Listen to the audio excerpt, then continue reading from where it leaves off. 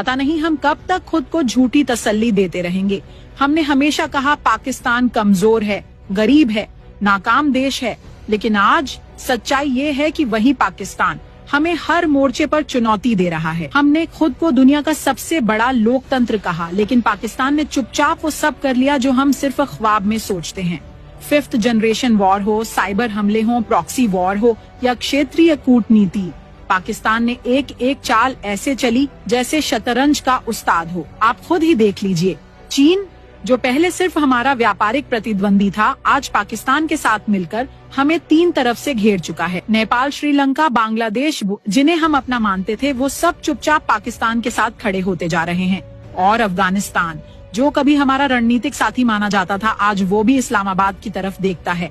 हमें बताया गया था कि पाकिस्तान दिवालिया हो रहा है, लेकिन उसी दिवालिया पाकिस्तान ने JF-17 थंडर बना लिया।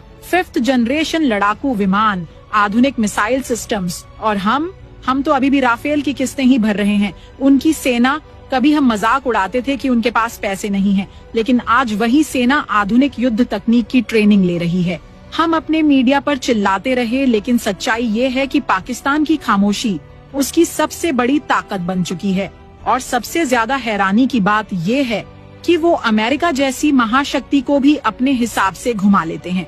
कभी चीन से, कभी रूस से, कभी अमेरिका से फायदा उठा लेते हैं, और हम बस बयानबाजी करते रह जाते हैं। लेकिन जब तक हम पाकिस्तान को सिर्फ तंज का निशाना बनाते रहेंगे, हम सच्चाई से आंखें चुराते रहेंगे। पाकिस्तान ने हमें कूटनीतिक, सैन्य और प्रॉक्सी हर मोर्चे पर पीछे धकेल दिया है, और अगर अब भी हमने गंभीरता नहीं दिखाई तो आने वाला वक्त हमें सिर्फ एक दर्शक बनाकर छोड़ देगा। ये वक्त है कि हम पाकिस्तान को एक शक्तिशाली हकीकत के रूप में स्वीकार करें, न कि सिर्फ एक दुश्मन देश के रूप में।